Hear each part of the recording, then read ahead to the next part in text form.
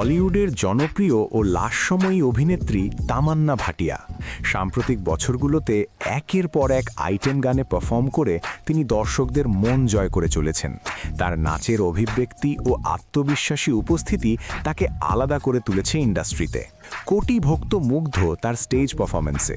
তবে এই গ্ল্যামারের পেছনেও রয়েছে এক কষ্টের গল্প, এমন একটি রাতের অভিজ্ঞতা যা আজও স্মরণ করলে আবেগপ্রবণ হয়ে পড়েন তামান্না। কি ঘটেছিল সেই রাতে?